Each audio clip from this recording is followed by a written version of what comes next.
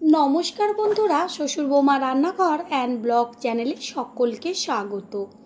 আজ শেয়ার করব ফুলকপি সম্পূর্ণ নিরামিষ দারুণ টেস্টি একটা রেসিপি, যেটা দিয়ে দুপুরবেলা গরম গরম ভাত, রুটি, লুচি, পরোটা সমস্ত কিছুর সাথেই কিন্তু একদম জমে যাবে। তাহলে কি করে তৈরি করব সেটাই দেখে নেওয়া যাক।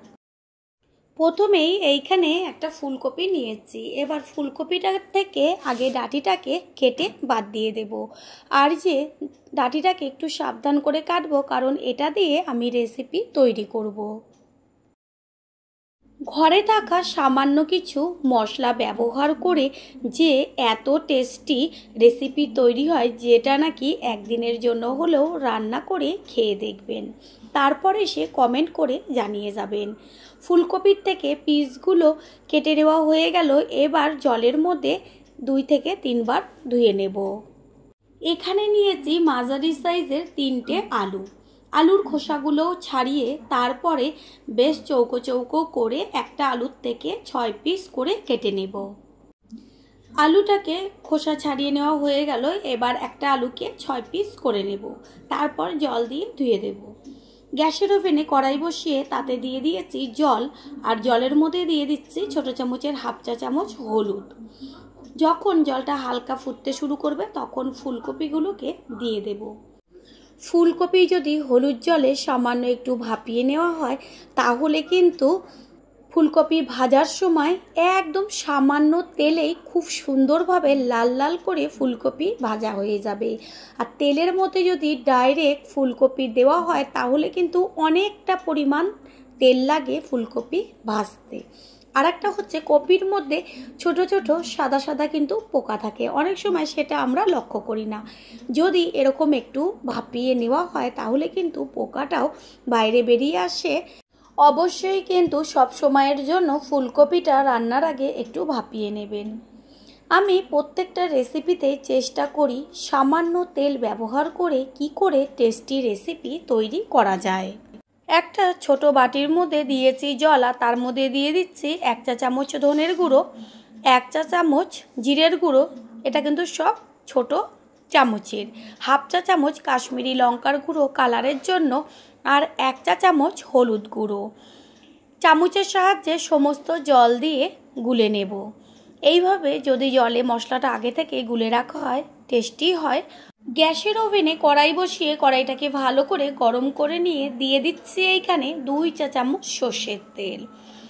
আর কফির কালারটা দারুণ আনার জন্য এইখানে দিয়ে দিচ্ছি 1/2 চা চামচ চিনি।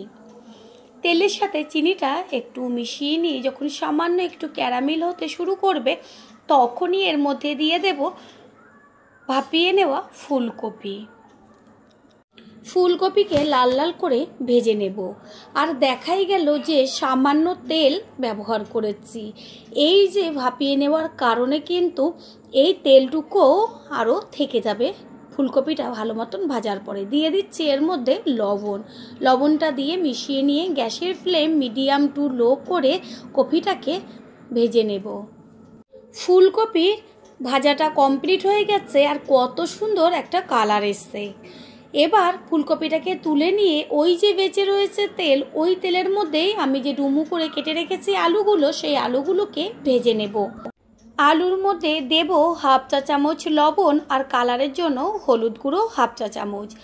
আলুর সাথে লবণ আর হলুদ ভালো করে মিশিয়ে নিয়ে গ্যাসের ফ্লেম লো টু মিডিয়াম করে বেশ লাল লাল করে ভেজে নিতে হবে। আলুটাকে এমনভাবে ভেজে নেব যেন ভাজাতে 60%-এর ওপরে সিদ্ধ হয়ে যায়। আলু ভেজে নেওয়া হয়ে গেল। এবার আলুগুলোকে তুলে নেব, আর ওই কড়াইয়ের মধ্যে দিয়ে দেব সর্ষের তেল। একদম কিন্তু সামান্য তেল দিয়েই আলু আর কফি ভাজা হয়ে গেল। দেব অল্প করে তেল। তেলটা হালকা গরম হলে এর মধ্যে ফোড়ন দেব 2টো শুকনো লঙ্কা, তেজপাতা, আর ছোট চামচের 1 চা চামচ সাদা জিরে, গোটা গরম মশলা।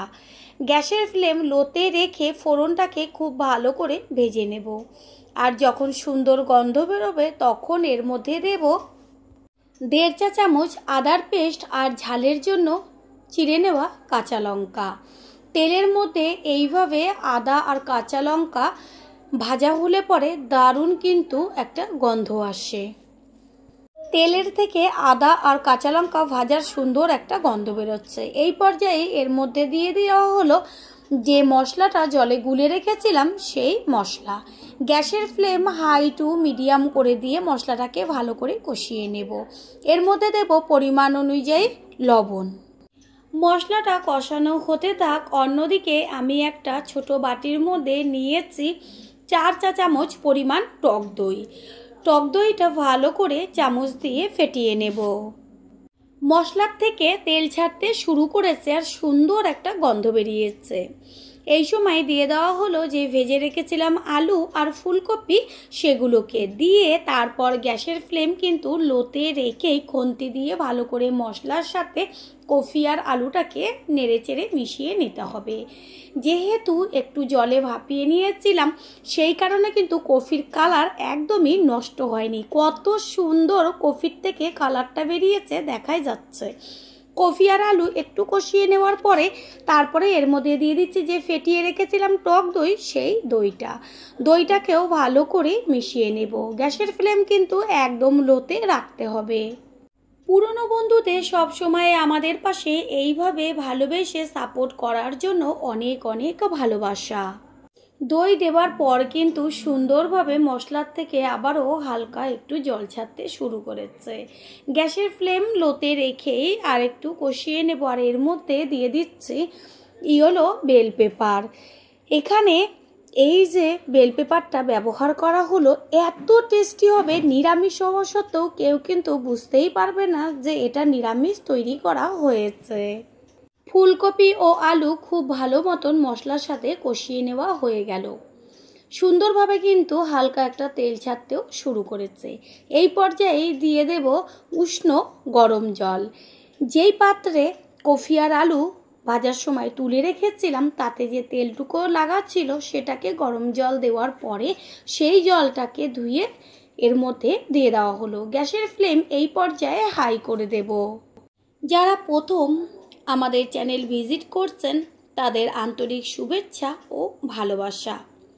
আমাদের রেসিপিগুলো যদি ভালো লেগে থাকে সাবস্ক্রাইব করে দেওয়ার অনুরোধ রইল ও পাশে থাকা বেল আইকনে ক্লিক করলে পরবর্তী ভিডিওগুলো সবার আগে আপনাদের কাছে পৌঁছে যাবে। কফি আলুটা সিদ্ধ হবার জন্য একটু ঢাকনা দিয়ে ঢেকে দিয়েছিলাম। কিছুক্ষণ বাদে ফিরে এসে কড়াইয়ের ঢাকনাটা সরিয়ে দিয়ে চেক করে নেব আলু আর কফি সিদ্ধ হলো কিনা। আলু সম্পূর্ণভাবে সিদ্ধ হয়ে গেছে। এবার গ্যাসের ফ্লেমটা আবারও হাই করে দিয়ে দেব কাঁচা লঙ্কা আর বেশ কিছুটা পরিমাণ কুচিয়ে নেওয়া ধনেপাতা।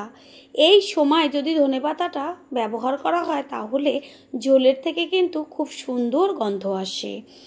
ধনেপাতাটাকে একটু মিশিয়ে নিয়ে তারপরে আবারও কিন্তু কিছুক্ষণের জন্য ঢেকে দিতে হবে। কিছুক্ষণ বাদে ফিরে এসে ঢাকনাটা সরিয়ে দিয়ে তারপর কিন্তু এর মধ্যে দিয়ে দেব ছোট চামচের 1 চা চামচ গরম মশলার গুঁড়ো। রেসিপি কিন্তু একদম কমপ্লিট। আর এই রেসিপিটার ক্ষেত্রে এই যে পাতলা ঝোল হবে এই ঝোলই কিন্তু ভীষণ টেস্টি। এটা যদি একদম শুকনো শুকনো হয়ে যায় তার থেকেও এই যে পাতলা রয়েছে ঝোলটা এটা বেশি টেস্টি আমার মনে হয়। সবশেষে দিয়ে দিচ্ছি 1 চা চামচ গাওয়া ঘি দিয়ে আর গরম মশলা মিশিয়ে নিয়ে গ্যাস অফ করে দিয়ে ঢাকনা দিয়ে ঢেকে দেব। কিছুক্ষণ বাদে ফিরে এসে ঢাকনাটা সরিয়ে দিয়ে সম্পূর্ণ লুকটা দেখিয়ে দিচ্ছি। দেখা মাত্রই কিন্তু একদম জিভে জল চলে আসবে, যেমন কালার তেমন টেস্ট। এবার একটা পাত্রে তুলে নেব। তৈরি হয়ে গেল আজকের রেসিপি নিরামিষ ফুলকপি আলুর তরকারি। আশা করি রেসিপিটি ভালো লাগলো। আর যদি ভালো লেগে থাকে একটা লাইক, কমেন্ট, পারলে একটা শেয়ার করে অবশ্যই জানাবেন। আপনাদের দেওয়া একটা লাইক ও একটা শেয়ার কিন্তু আমাদের কাছে অনেক অনেক গুরুত্বপূর্ণ।